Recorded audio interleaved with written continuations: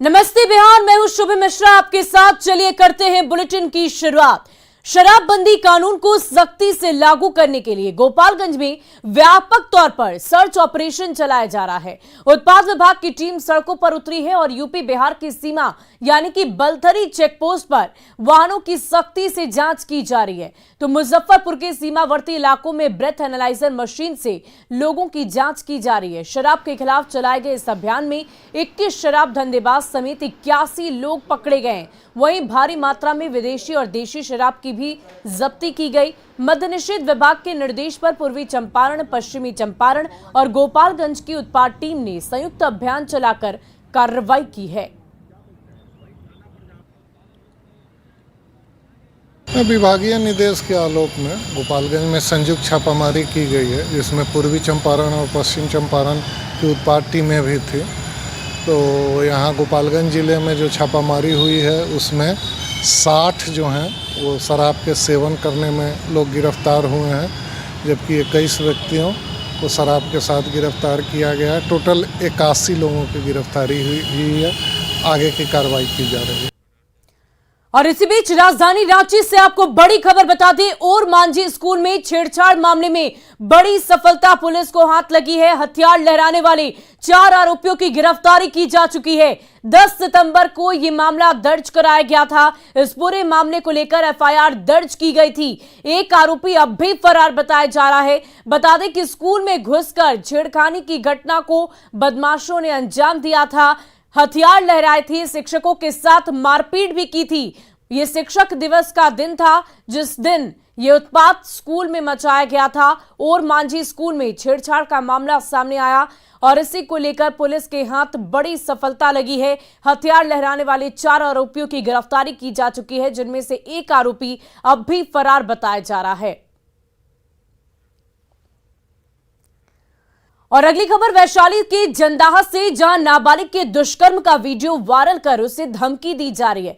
Police के मुताबिक एक युवक लड़की को बहला फुसलाकर खेत की ओर ले गया और उसके साथ अश्लील हरकत की और उसी वक्त वहां पर 5 और लड़के आ धमके और मोबाइल से वीडियो बनाने लगे। वीडियो बनाने के बाद उन्होंने उस नाबालिग के साथ जबरन दुष्कर्म किया और मौके से फरार हो गए। आरोपी लड़के अब उस वीडियो को वायरल कर उसे ब्लैकमेल करने की कोशिश कर रहे हैं। पीड़ित के परिजनों के जंदाहा थाना में लिखित शिकायत दर्ज कराई है और 5 लड़कों पर ब्लैकमेल कर दुष्कर्म करने का आरोप लगाया है। पुलिस ने मामला दर्ज कर आरोपी लड़कों की गिरफ्तारी के लिए छापेमारी शुरू कर दी है। सभी आरोपी एक ही गांव के बताए जा रहे हैं। पीड़ित का हाजीपुर सदर अस्पताल में मेडिकल टेस्ट कराया जा रहा है। देखिए, आज आफ्टरनून में हम लोग को सूचना मिली कि एक वीडियो वायरल किया जा रहा है और पीड़िता है अपने परिवार के साथ आकर थाना में हमें बताई कि उसके साथ दुष्कर्म किया गया है। उसके बाद उसकी वीडियो बनाई गई है और वायरल करके धमकी दी जा रही है, जिसका हम लोगों ने संज्ञान में लेते हुए जांच करवा रहे हैं और उनके लिखित आवेदन पर एफआईआर किया जा रहा है और चिन्हित कर रहे हैं कि वो लड़की कौन है। और खबर मोतिहारी से, जहां सड़क हादसे में 5 लोगों की मौत की खबर सामने आई है, जबकि 3 लोग गंभीर रूप से जख्मी बताए जा रहे हैं। हादसा NH 28 पर बैरिया स्थान के पास हुआ, जहां ऑटो रिक्शा पर बालू से लदा ट्रक गिर गया। मृतकों में 4 महिलाएं और एक बच्चा शामिल हैं, जो एक ही परिवार का था। राजेपुर थाना बाजार का रहने वाला परिवार 5 साल के शुभजीत के जन्मदिन के मौके पर बैरिया देवी स्थान में पूजा करने जा रहा था और इसी दौरान ट्रक ने ऑटो रिक्शा को टक्कर मारी और फिर उसके ऊपर ही पलट गया, जिससे 5 लोगों की मौत हो गई है। धाम पर आ रहा था, पूरे रोड आराम से गाड़ी मुड़ रहा था, ऊपर से ट्रक बालू का खूब तेजी से आया है और ठोकर मार दिया है। अब हम फेंका गए हैं, सब आदमी जता गए हैं। आप उसी टेम्पो पर थे। और चलिए अब खबरें सियासी गलियारों से। चुनावी रणनीतिकार प्रशांत किशोर ने बिहार के मुख्यमंत्री नीतीश कुमार पर बड़ा हमला बोला। प्रशांत किशोर ने कहा कि सिर्फ सरकार बदली है, बाकी कुछ भी नहीं बदला है। प्रशांत किशोर ने नीतीश कुमार को चैलेंज किया, वो अगर 10 लाख लोगों को नौकरी दे देंगे तो मैं अपने अभियान को वापस ले लूंगा। देखिए। कई वर्गों में चर्च के नेम प्लेट बदल गए। वो व्यवसायी बिहार में सरकार बदलने से सिर्फ नेम प्लेट बदला है, बाकी कुछ नहीं बदला। ये कहना है चुनावी रणनीतिकार से आगे बढ़कर बिहार में राजनीतिक जमीन तलाश रहे प्रशांत किशोर उर्फ पीके का। लेकिन बिहार की जनता में एक जनरल या तो उदासीनता है या गुस्सा है सरकार को लेकर, सरकार के किए गए कार्यों को लेकर, या जो उनकी अपेक्षा आशा अपेक्षा रही है सरकार से, उसको लेकर कहीं ना कहीं मैं उदासीनता भी देखता हूं और थोड़ी काफ़ी नाराजगी भी देखता हूं कई वर्गों में। प्रशांत किशोर ने न्यूज 18 बिहार झारखंड के इनपुट एडिटर ब्रजमोहन सिंह के साथ खास बातचीत में नीतीश कुमार पर कई बड़े हमले किए। पीके ने जहां 10 लाख नौकरी के वादे पर कटाक्ष किया तो दूसरी ओर नीतीश कुमार के ड्रीम प्रोजेक्ट शराबबंदी को पूरी तरह फेल बताया। 15 तारीख को उन्होंने घोषणा की गांधी मैदान में कि मैं 10 लाख नौकरी दे दूंगा और 10 लाख रोजगार दे दूंगा, तो मुझे बड़ा आश्चर्य हुआ, क्योंकि 15 साल मुख्यमंत्री रहने के बाद अगर आपको ये एहसास हो रहा है कि आप अब नौकरी दे देंगे, तो एक स्वाभाविक सा प्रश्न मन में आता है कि भाई तो पहले क्यों नहीं दे दिया। शराबबंदी लागू होती तो भी चलिए आप मान लेते कि चलिए वर्थ है परेशानी, लेकिन शराबबंदी भी लागू नहीं है, हर जगह होम डिलीवरी हो रही है, शराब माफिया का बोलबाला है और लॉ उसके एवज में सरकार का रेवेन्यू लॉस हो रहा है, लॉ एंड ऑर्डर और बिगड़ रहा है। पीके की तरफ से हो रहे लगातार हमलों पर जेडीयू के राष्ट्रीय अध्यक्ष ललन सिंह ने पलटवार किया। ललन सिंह ने प्रशांत किशोर पर बीजेपी के लिए काम करने का आरोप लगाया। प्रशांत किशोर जी पर कोई टिप्पणी करना बेकार है, इसलिए कि प्रशांत किशोर जी पहले भी हमने कहा है और फिर हम उस बात को कह रहे हैं कि प्रशांत किशोर जी राजनीतिक व्यक्ति नहीं है, वो व्यवसायी है, व्यापार करते हैं। प्रशांत किशोर 2015 में नीतीश कुमार की जेडीयू के लिए काम कर चुके हैं, लेकिन बिहार में सरकार बदलने के बाद दोनों के बीच सियासी बयानबाजी तेज हो गई है। Bureau report, news 18। और बीजेपी सांसद सुशील मोदी ने कहा कि बिहार के वित्त मंत्री एक बार फिर केंद्र पर भेदभाव का घिसा पीटा आरोप लगा रहे हैं। उन्होंने कहा कि समग्र शिक्षा में उत्तर प्रदेश के बाद सबसे ज्यादा राशि बिहार को ही दी गई है और ऐसे में अस्तरहीन और घटिया बयानबाजी बिल्कुल बंद होनी चाहिए। वित्त मंत्री केंद्र सरकार पर बेबुनियाद आरोप लगा रहे हैं।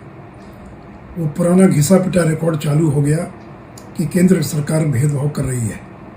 समग्र शिक्षा अभियान के अंतर्गत केंद्र सरकार उत्तर प्रदेश के बाद सर्वाधिक राशि बिहार को दे रही है, परंतु जिन शर्तों को बिहार को पूरा करना है उसमें बिहार फिसड्डी साबित हो रहा है, इसलिए वो केंद्र की मदद नहीं ले पा रहा है। 2022-23 में केंद्र ने बिहार के लिए लगभग 4,500 करोड़ रुपये से ज़्यादा का प्रावधान कर रखा है, लेकिन वित्त विभाग की जो शर्तें हैं जिसमें पीएफएमएस के तहत करीब अभी भी 7,500 से ज्यादा जो इम्प्लीमेंटिंग एजेंसीज हैं उनकी मैपिंग नहीं हो पाई है। और जल संसाधन मंत्री संजय झा ने सीएम नीतीश को एक बार फिर पीएम मटेरियल करार दिया है। हालांकि उन्होंने नीतीश कुमार की प्रधानमंत्री पद की उम्मीदवारी पर कुछ भी नहीं कहा। दरभंगा में उन्होंने कहा कि जेडीयू सभी विपक्षी पार्टियों को एकजुट करने की कोशिश में जुटी है। वहीं बिहार में क्राइम पर संजय झा ने कहा कि नीतीश कुमार ने क्राइम पर कंट्रोल पा लिया है। कहीं कर्फ्यू लगा है बिहार में 17 साल में। अब पुराना जितना सरकार में देखिए तो क्या हाल होता था, तो कुछ करते होंगे तभी ना नहीं लगा है। इसलिए अपराध पर उनका प्रायोरिटी नंबर 1 है और आज भी। वहीं खाद्य एवं उपभोक्ता संरक्षण मंत्री लेसी सिंह ने जेडीयू विधायक बीमा भारती पर मानहानि का केस दर्ज किया है। मंत्री ने बीमा भारती को 5 करोड़ रुपए की मानहानि का नोटिस भिजवाया। वहीं बीमा भारती ने एक बार फिर लेसी सिंह को मंत्री पद से हटाने की मांग कर दी है।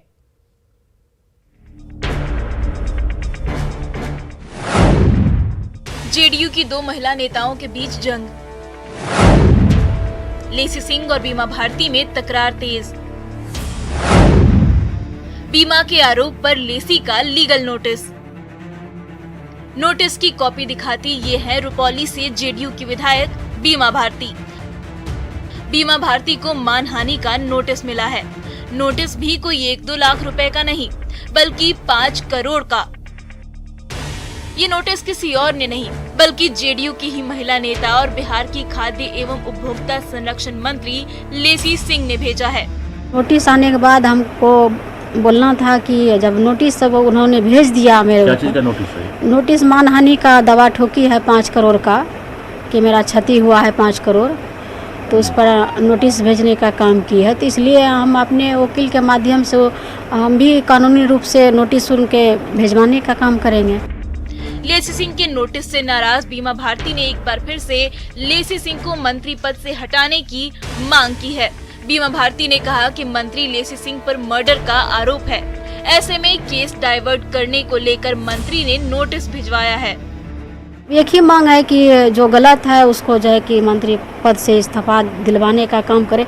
मंत्री रहते हुए वह जो है केस का जो न्याय है, जो उसका जो परिवार है, न्याय के लिए गुहार लगा रहे हैं, बार बार नहीं मिल सकता है। बीमा भारती और लेसी सिंह के बीच ये अदावत तब शुरू हुई जब बिहार में नई सरकार का गठन हुआ और जेडीयू कोटे से लेसी सिंह को एक बार फिर से मंत्री बना दिया गया, जिससे नाराज बीमा भारती ने लेसी सिंह पर कई गंभीर आरोप लगा दिए। अब उन्हीं आरोपों को लेकर लेसी सिंह ने बीमा भारती को मानहानि का नोटिस भेजा है। न्यूज़ 18 के लिए पटना से रजनीश की रिपोर्ट। और इधर डीसी सिंह के वकील ने कहा कि बीमा भारती ने लेसी सिंह के मंत्री बनने पर उनके खिलाफ आपत्तिजनक बयान दिया और झूठे आरोप लगाए, इसलिए उन्हें नोटिस भेजा गया है। अगर 15 दिनों के अंदर बीमा भारती इसका जवाब नहीं देती है या लिखित तौर पर माफी नहीं मांगती है तो उनके खिलाफ कोर्ट में आगे की कार्रवाई की जाएगी।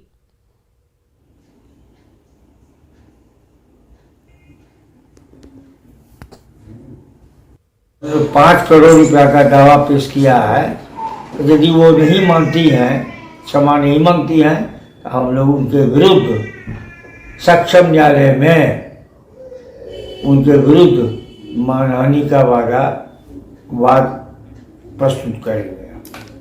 और देखिए, मुख्यमंत्री नीतीश कुमार ने कई जिलों के बाढ़ और सुखाड़ की स्थिति का जायजा लिया। सीएम ने डकरा नाला सिंचाई परियोजना का स्थलीय निरीक्षण भी किया और परियोजना को फिर से चालू करने के दिशा निर्देश दिए।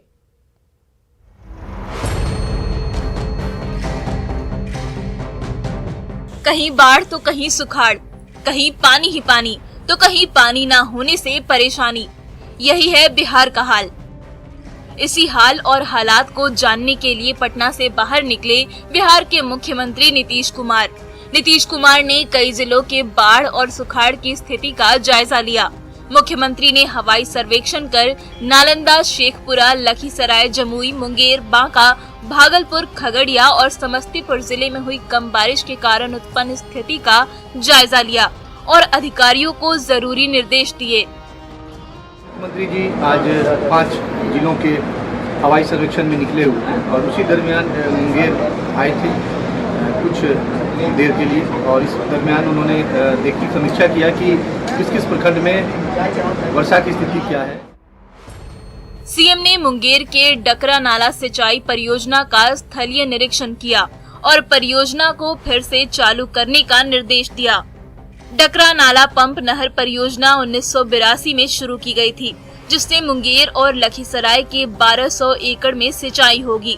करोड़ों खर्च के बाद भी ये परियोजना अधूरी है, जिसकी वजह से मुंगेर और लखीसराय के किसानों को सिंचाई में परेशानी आ रही है।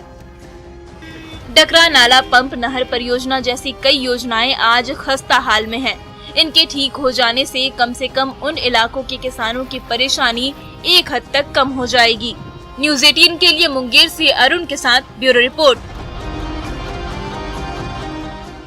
और इसी बीच राजधानी पटना से आपको बड़ी खबर बता दें, करोड़ों की ठगी करने वाला एक शख्स गिरफ्तार किया गया है।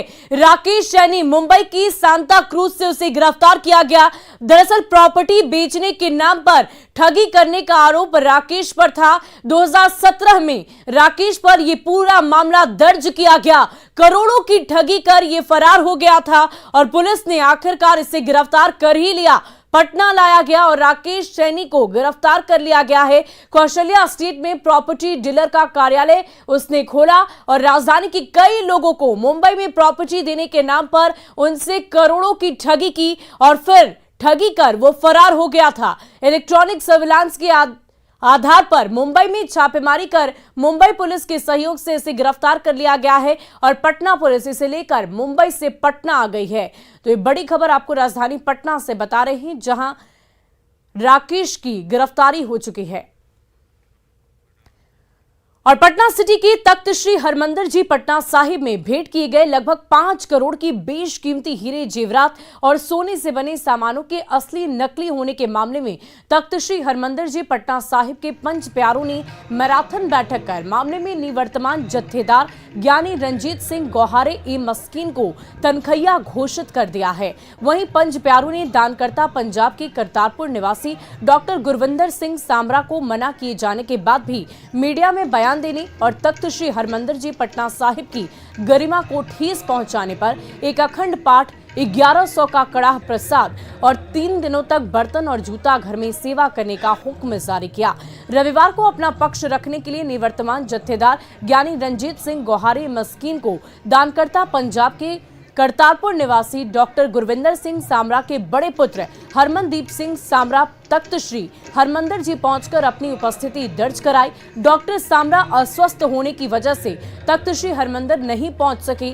पंच प्यारों ने दानकर्ता और जत्थेदार से मिले साक्ष्यों को लेकर लगभग 8 से 9 घंटे तक मैराथन बैठक कर देर रात तख्त श्री हरमंदिर जी पटना साहिब के दरबार में सिख संगतों के साथ बैठक कर अपना फैसला सुना दिया।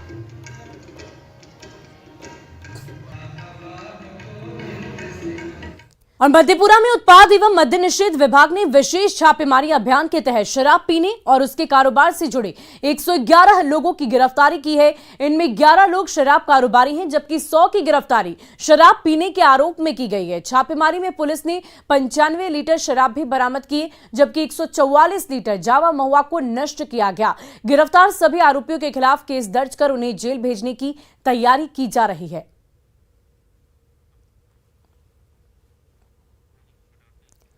और फिलहाल के लिए इस बुलेटिन में अभी के लिए बस इतना ही, लेकिन न्यूज़ 18 बिहार झारखंड पर खबरों का सिलसिला लगातार जारी है।